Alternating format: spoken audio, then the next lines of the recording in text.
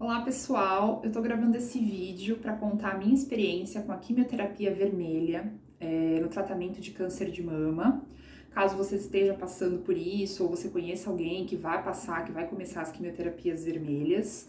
Na época que eu estava sendo tratada, me ajudou muito a encontrar conteúdos aqui no YouTube de outros depoimentos, então eu vou contar o meu depoimento. Eu tô gravando esse vídeo um ano depois que eu já tinha terminado as quimioterapias todas, né? Que eu fiz a vermelha e a branca. Então, eu vou contar as memórias dessa experiência, também para registrar, né, como foi. E não vou contar, não vou entrar em termos técnicos, mesmo porque eu não tenho formação para isso. Eu sou jornalista, não sou, né, não sou médica, não sou profissional da saúde, então realmente é a minha experiência como paciente. Então, se você está passando, se você está começando agora o tratamento, se você conhece alguém que vai começar o tratamento, né, você já deve estar familiarizado, né, aí, ou familiarizada com os termos, né, a quimioterapia vermelha, que a gente chama, ela é a mais forte, é a que mais afeta o organismo, e a quimioterapia branca, ela é vista como um pouco mais branda. A maioria das mulheres faz o que eu fiz, que são mulheres e homens também, porque eu acho que homem, aliás, acho não, homens, pelo que eu na época pesquisei, eu lembro que também pode acontecer, né, de o homem ter câncer de mama, mas a maioria, a grande maioria são mulheres. E a quimioterapia vermelha, como a gente chama, recebe esse nome porque o líquido, né, o medicamento, ele é meio alaranjado, meio vermelhado, assim, parece um... Não sei se vocês já tomaram Aperol. Parece aquela bebida, a cor daquele Aperol, assim, laranjão, meio vermelho, assim, mas é cor de... mas é transparente, ele é translúcido, assim, transparente. Não é vermelho opaco, tipo sangue, não. E então a gente chama assim, né, a quimioterapia dessa dose aí, desse tipo de medicamento, são 4 sessões, geralmente as mulheres tomam de 3 em 3 semanas, que é o protocolo mais comum, e no meu caso eles intensificaram, eles reduziram o espaço entre uma e outra, então eu tomava de 15 em 15 dias, porque como eu sou nova, existem estudos que apontam que é melhor você tomar nesse período um pouco mais comprimido de tempo, né? Então assim foi comigo, eu tomei de 15 em 15 dias durante, então, 2 meses, né, durou o tratamento com a quimioterapia vermelha. Geralmente, quando a paciente ou o paciente toma de 3 em 3 semanas, acho que isso aumenta aí para quase 3 meses redondo. No meu caso, foram 2 meses cravados, de cada 2 semanas eu tava lá recebendo uma nova dose. Eu lembro que eu tive uma grande resistência para tomar a quimioterapia. Eu, na época, não entendia por que eu tinha que passar por isso, sendo que eu já tinha feito a cirurgia. Mas os médicos me convenceram de que o correto era, né, fazer o tratamento, até mesmo porque não tinha como ter certeza de que todas as meninas, eles faziam isso, mas para garantir que tudo tivesse sido feito para evitar que o câncer voltasse, como se fosse para limpar o meu organismo, né?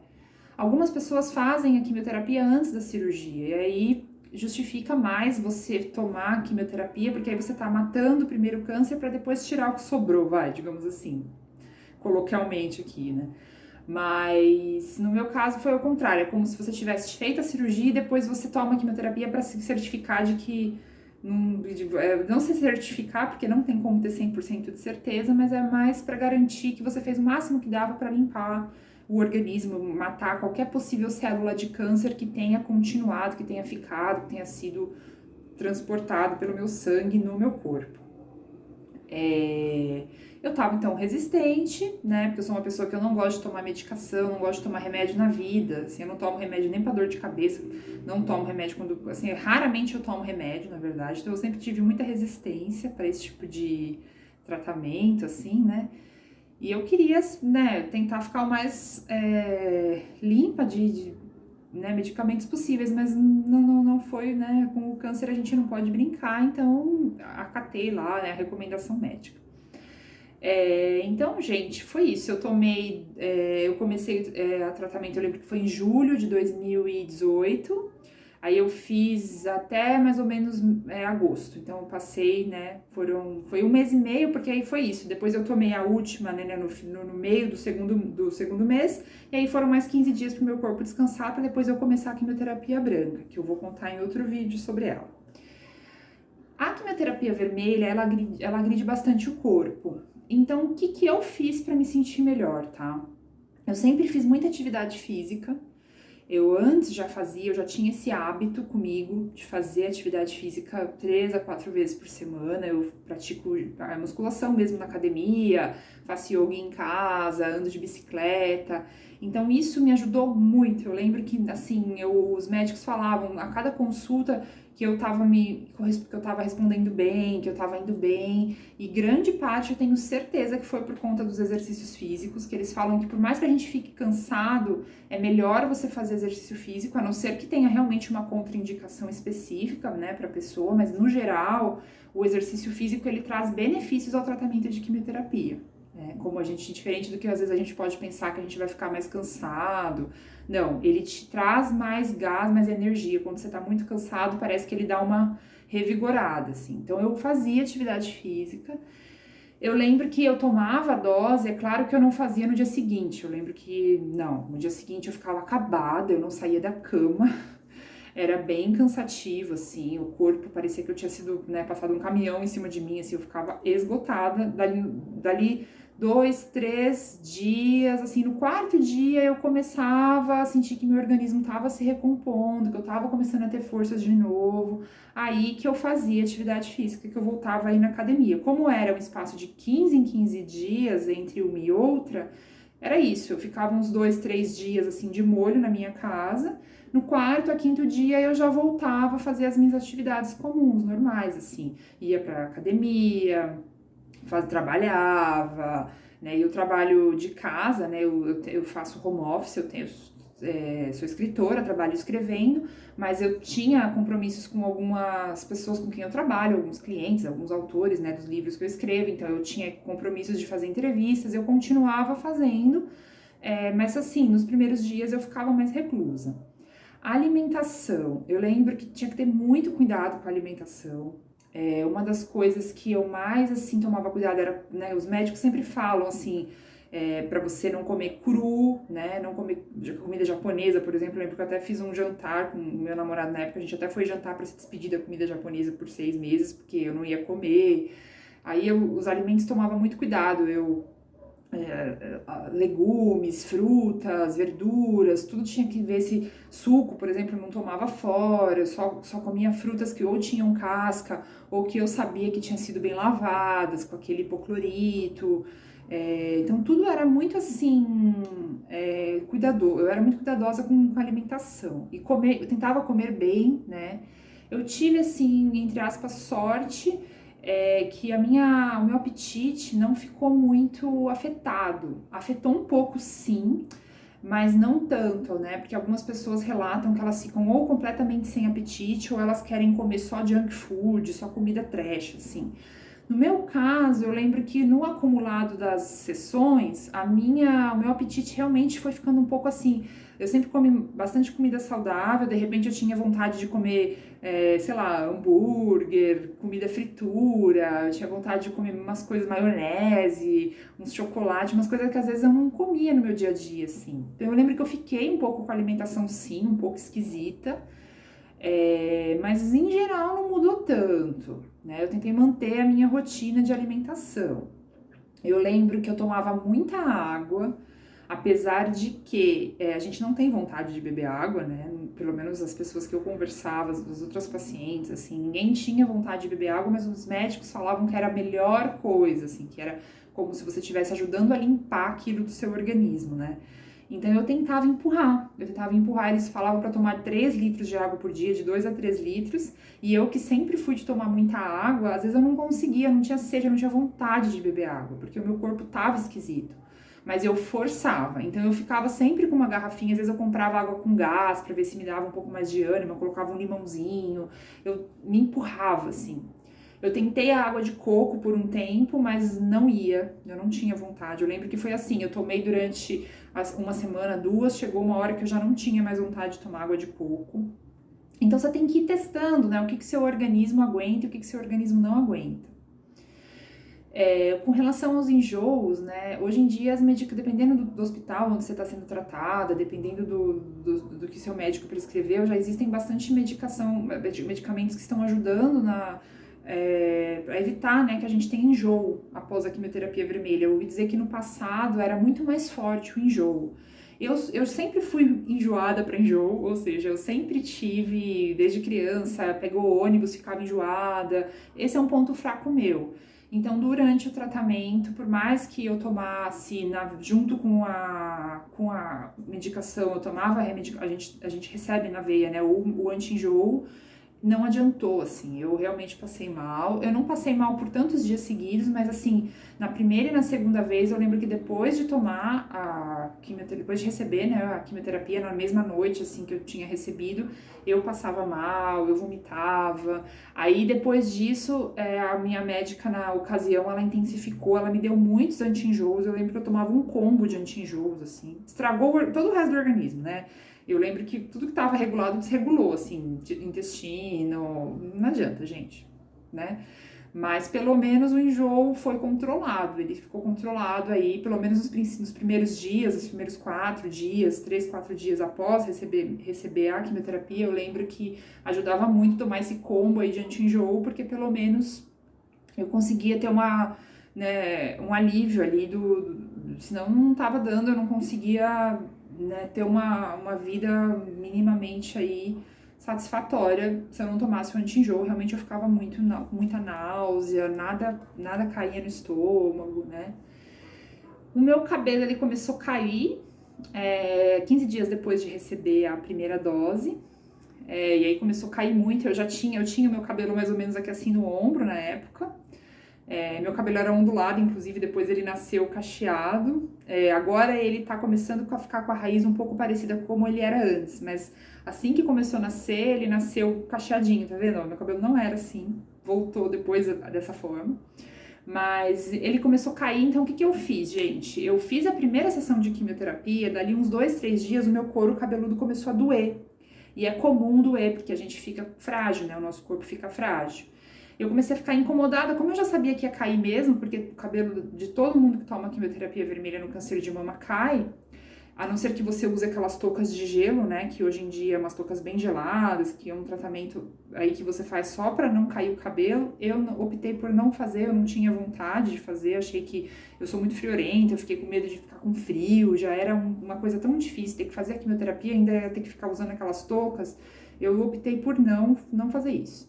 Então, meu cabelo começou a cair, dali uns 15 dias eu puxava assim, ó, vinha tudo na mão. Caiu tudo, fiquei. Aí o que eu fiz? Quando ele já tava caindo muito, aí terminei de raspar, né? Porque eu tinha cortado bem curtinho. Então foi isso, né? Tava aqui, aí eu fiz a primeira sessão, aí dali uns 2, 3 dias começou a doer o couro cabeludo, eu fui lá e passei uma maquininha 4, assim, fiquei com o cabelo moderninho, raspadinho.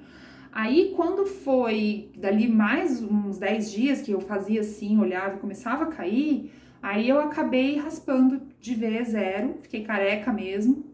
E aos poucos foi caindo a sobrancelha, foi caindo os cílios. No final desses 2 meses eu já não tinha pelo em lugar nenhum do corpo, foi caindo tudo. Fiquei incomodada sim, eu usava gorrinhos, touquinhas, às vezes eu tinha vontade de ficar careca mesmo, eu gostava de fazer fotos e mostrar careca mesmo, porque eu não entendia por que eu não podia mostrar como eu tava, sendo que, né, os homens, né, isso era uma coisa um pouco que me incomodava, assim, homens naturalmente às vezes ficam carecas e não tem essa coisa da vaidade, a mulher parece que ela tem a obrigação de estar sempre bonita, de estar com seu cabelo impecável, e eu assim, eu tava no tratamento, eu tava sem cabelo, né, e aí eu ficava um pouquinho, era engraçado, eu ficava um pouco incomodada de ter que ficar escondendo, como se fosse algo proibido, assim, nossa, é feio eu mostrar como eu tô, sendo que eu tava daquele jeito, né, então eu lembro que eu fiquei, às vezes eu ficava um pouco careca mesmo por aí, e fazia umas fotos assim e tal, mas na maioria da parte das vezes eu percebi que as pessoas ficavam olhando chocadas, assim, elas ficavam um pouco, não era legal, as pessoas não se sentiam confortáveis de ficar me olhando careca, eu percebi isso. E aí eu comecei a usar mais gorrinhos, lenços, aí do meio pro fim eu aprendi a fazer, né, aqueles lenços na cabeça, nas primeiras semanas eu ainda não sabia fazer. Que mais? A pele, né, gente, também afeta a pele, então eu lembro que eu passava protetor solar 60 no corpo todo, porque você não pode tomar sol quando você tá fazendo tratamento de quimioterapia, porque pode machucar a pele, pode queimar a pele, pode ter algum efeito aí. Então eu lembro que na quimioterapia vermelha em específico, que é a mais forte, os médicos recomendam você não sair no sol. Então eu usava chapéu quando tava sol, eu usava paninho, eu me cobria, eu passava protetor mesmo, não saía de casa sem protetor, né? Eu usava sabonetes, eu tentava usar coisinhas assim bem leves pro corpo, para não afetar nada, porque às vezes a pele pode ficar sensível. Procurava não me cortar, né? Porque aí os médicos explicavam que se você, como a gente fica com a imunidade muito baixa, tem que tomar cuidado.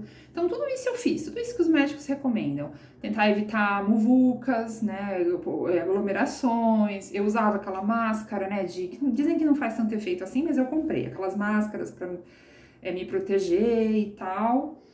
E durante as quimioterapias vermelhas eu fui bem, assim, eu consegui fazer, né, todas elas de 15 em 15 dias, eu não cheguei a ter nenhum efeito colateral. Só na última delas que eu passei um nervoso por causa do trabalho, um estresse emocional, e aquilo me causou febre. Porque geralmente a gente, na vida, no dia a dia, a gente fica estressado, mas o nosso corpo, ele tá acostumado a proteger, né? Como eu tava com a imunidade muito baixa, o estresse do trabalho, assim, de uma coisa que seria meio que boba, num momento diferente da vida, naquela ocasião me deu febre. E aí eu já tinha tomado a última sessão de quimioterapia e o que aconteceu foi que a primeira quimioterapia branca foi adiada em uma semana, né, para eu poder me recuperar. Foi isso que aconteceu. Mas nas vermelhas em si, as 4 foram feitas seguidamente. Bom, só para arrematar assim, né? Então, se você chegou até aqui, né? Não sei se, né, você chegou até aqui ou não, mas enfim, se você tá aí é porque você chegou até aqui, né? O que eu tentava fazer também é meditação. Eu sempre medito, né? Eu já faz alguns anos que eu tenho essa prática. E antes mesmo de eu ficar doente, eu já tinha essa prática, já fazia uns 2 anos, 3 anos que eu tinha entrado em contato com essa prática. E eu tentei manter no tratamento. É claro que durante a quimioterapia, no dia que eu recebia, no dia seguinte, dali 2 dias, eu não tinha vontade de fazer meditação, não tinha vontade de fazer nada, eu tinha vontade de ficar na minha cama dormindo o dia inteiro. E assim eu ficava. Mas, que nem eu expliquei, assim como dali uns 2, 3 dias eu voltava a fazer a atividade física e tal, eu trabalhar e tentava ter uma vida social, assim, mais ou menos, eu fazia a mesma coisa com a meditação. Aí eu retomava a meditação.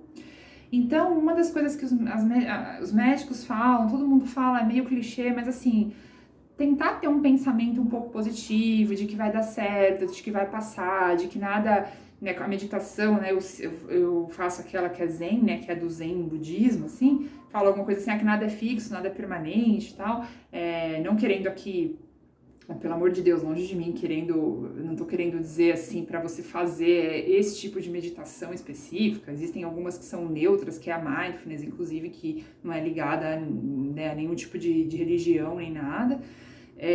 Mas ajudava o pensamento positivo, né, basicamente, que é o que a meditação promove. Aquela frase que eu ia falar, né, que é nada é fixo nem permanente, que é uma ideia aí sim do Zen budismo, e que a meditação nos mostra, né, como que o dia passa, como que tudo passa, como que as coisas boas e as coisas ruins vêm e vão, me ajudava sim, sabe, me ajudava muito a entender que aquele momento era o momento que ia passar, né, então me ajudou bastante.